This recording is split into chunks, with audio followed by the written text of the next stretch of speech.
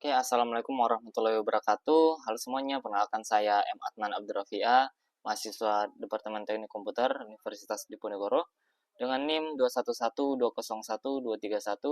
211202123130079. Dalam video ini saya akan mempresentasikan tugas metode numerik saya berjudul penerapan metode numerik regresi linear sederhana untuk memprediksi nilai akademik.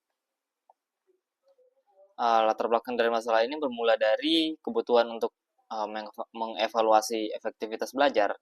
Secara intuitif, kita tahu makin lama belajar, nilai makin bagus. Namun, data di lapangan seringkali bersifat diskrit dan tersebar. Durasi belajar yang sama bisa saja menghasilkan nilai yang berbeda. Karena ketidakteraturan ini, kita tidak bisa memakai hitungan biasa.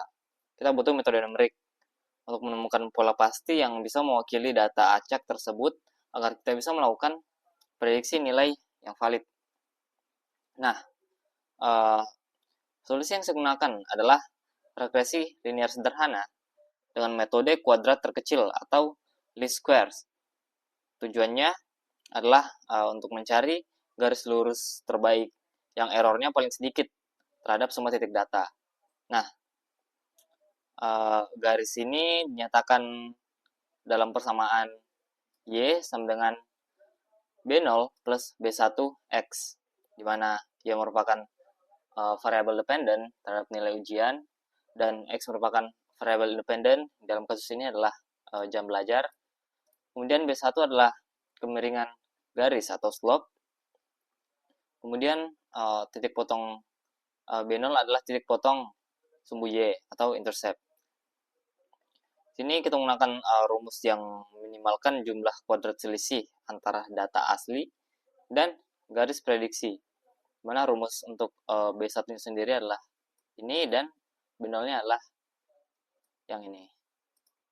Kemudian nilainya akan rumus ini akan diimplementasikan pada kode. Sini saya telah membuat kode dengan bahasa Python menggunakan pustaka NumPy. Di sini saya menggunakan atau membuat fungsi dengan nama regresi linear sederhana dengan variabel X dan Y.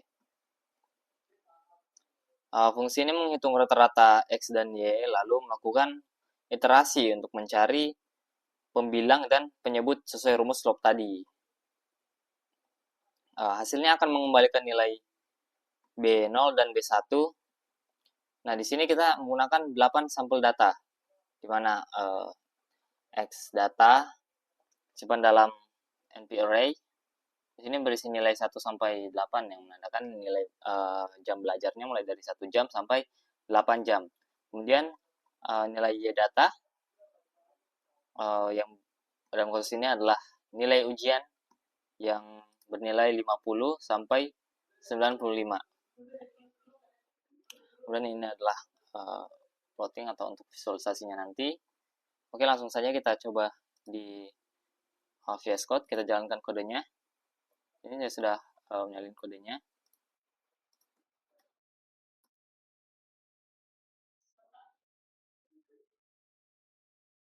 Nah,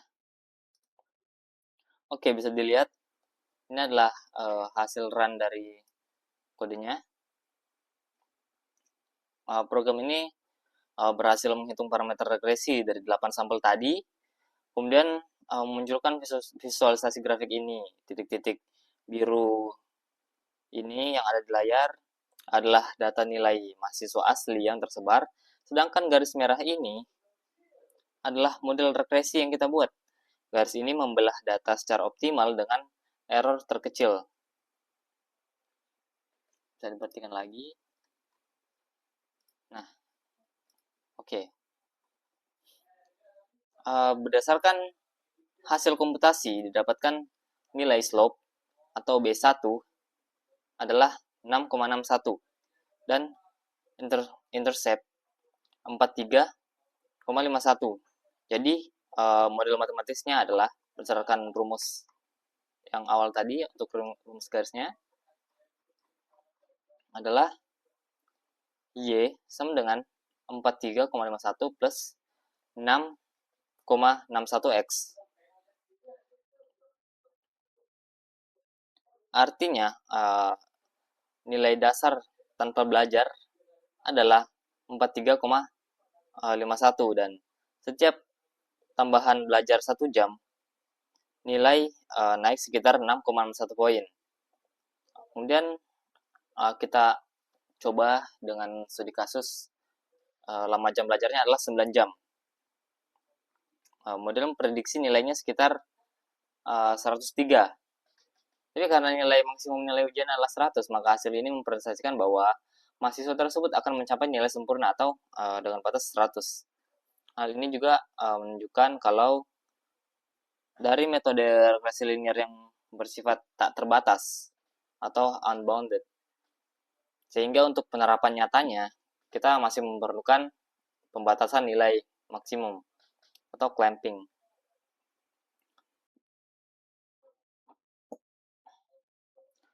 Oke, untuk kesimpulan dari penerapan metode numerik ini, menggunakan regresi linear sederhana, kita berhasil menciptakan model sederhana untuk memprediksi nilai akademik berdasarkan jam belajar. Walaupun tadi masih memerlukan penyempurnaan seperti pembatasan nilai maksimum atau clamping.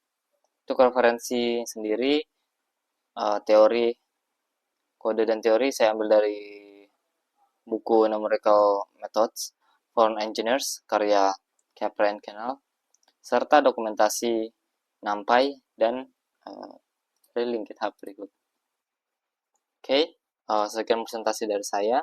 Terima kasih. Assalamualaikum warahmatullahi wabarakatuh.